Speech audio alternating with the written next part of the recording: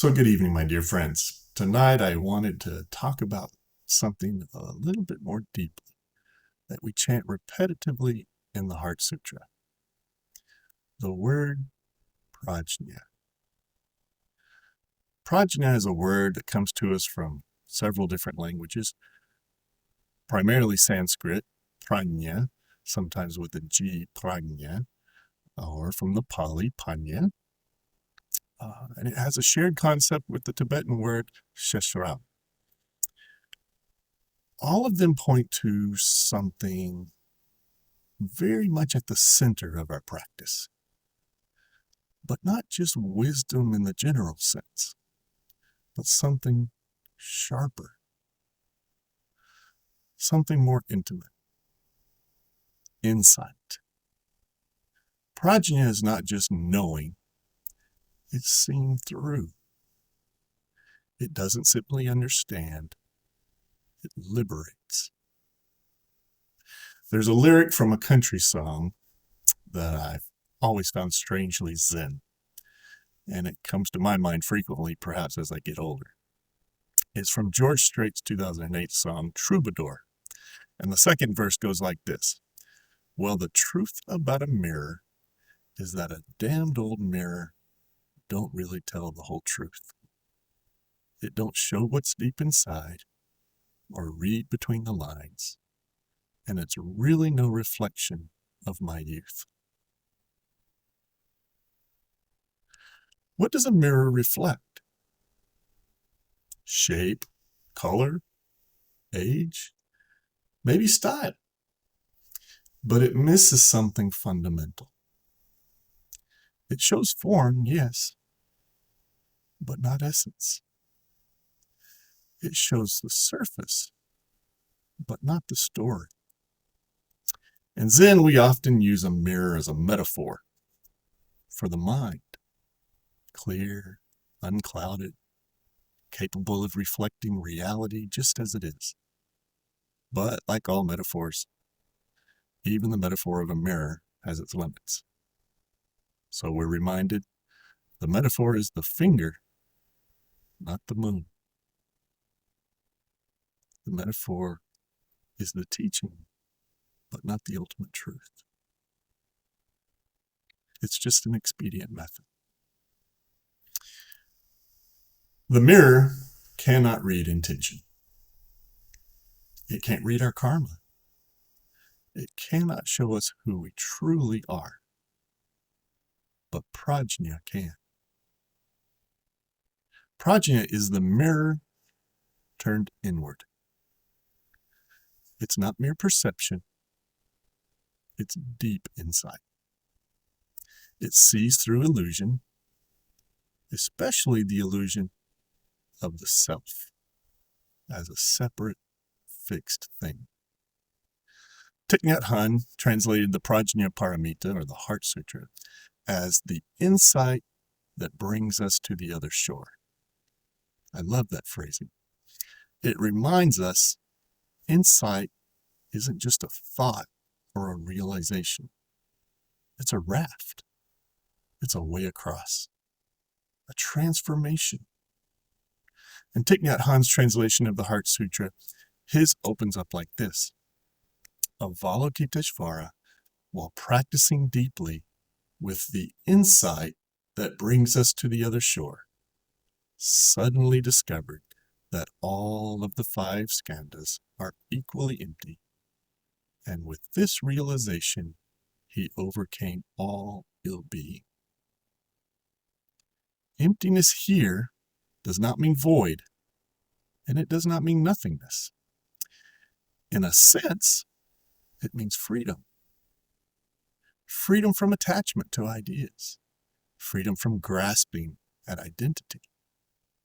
Freedom from the illusion of permanence. How do we arrive at this insight? Shakyamuni Buddha gave us one of the most powerful teachings, dependent origination. All things arise due to causes and conditions. Nothing stands alone. Everything is interwoven. When we truly see this, we begin to understand emptiness.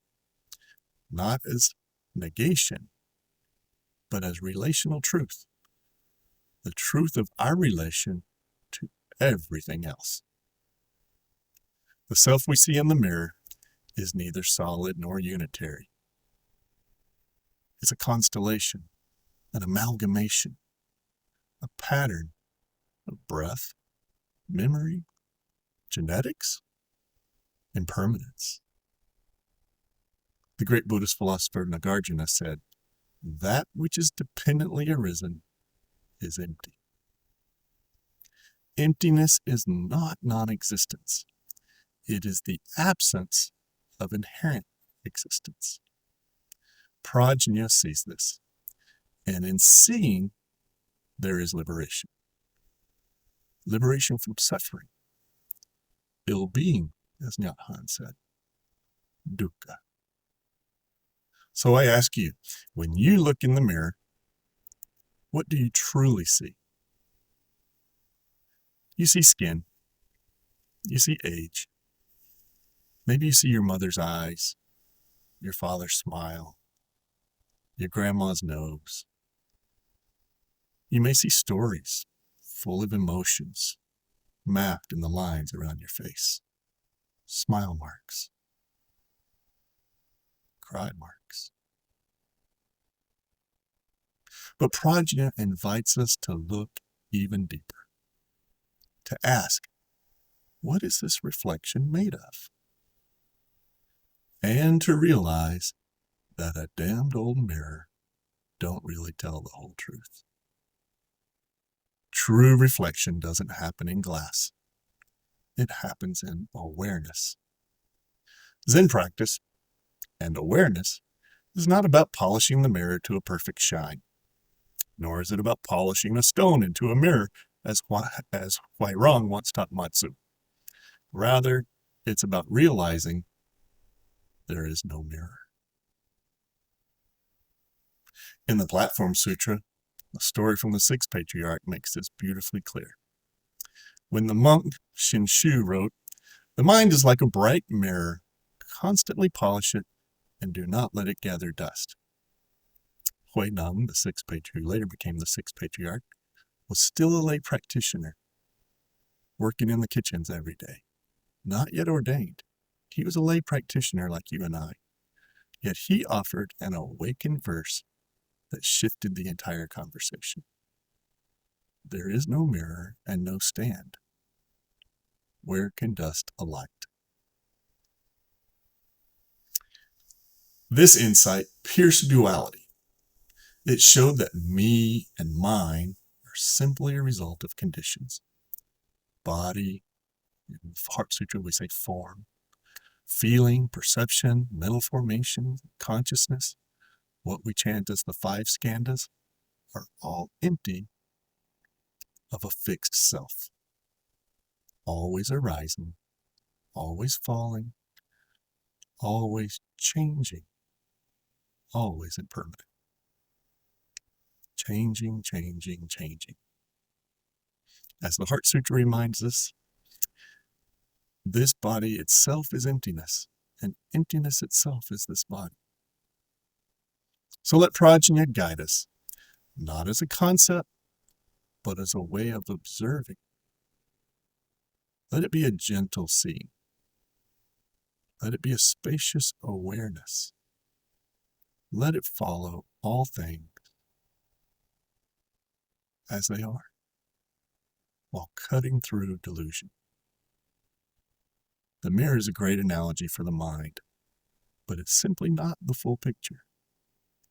Let Prajna, wisdom, insight, be the lens that sees beyond it.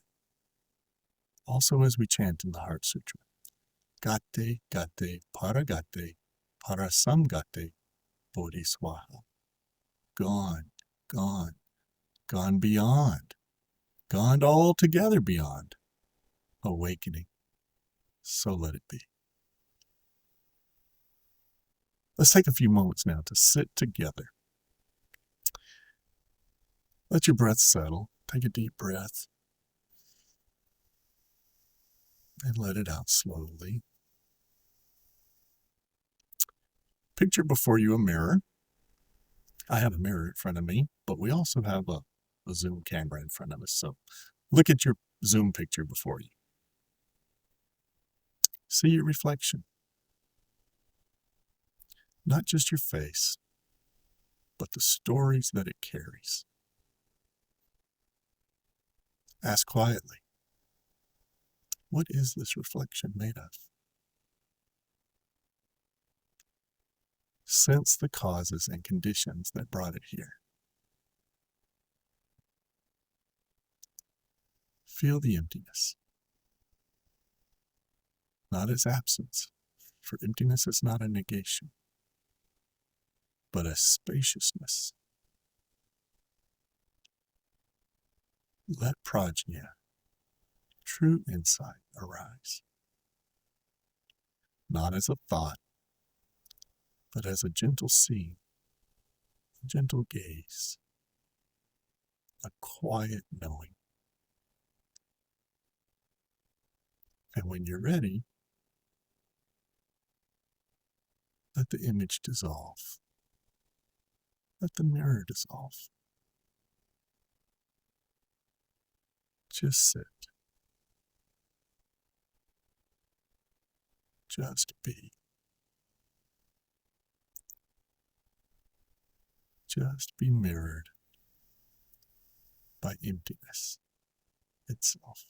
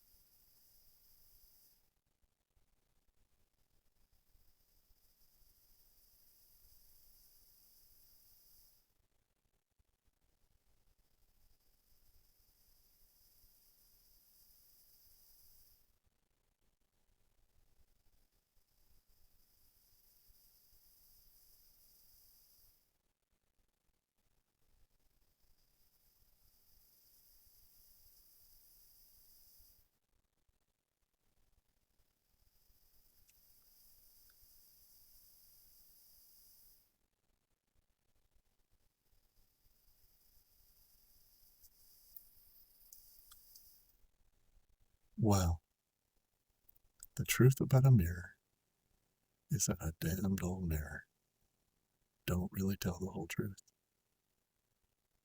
It don't show what's deep inside or read between the lines. It's really no reflection of my youth.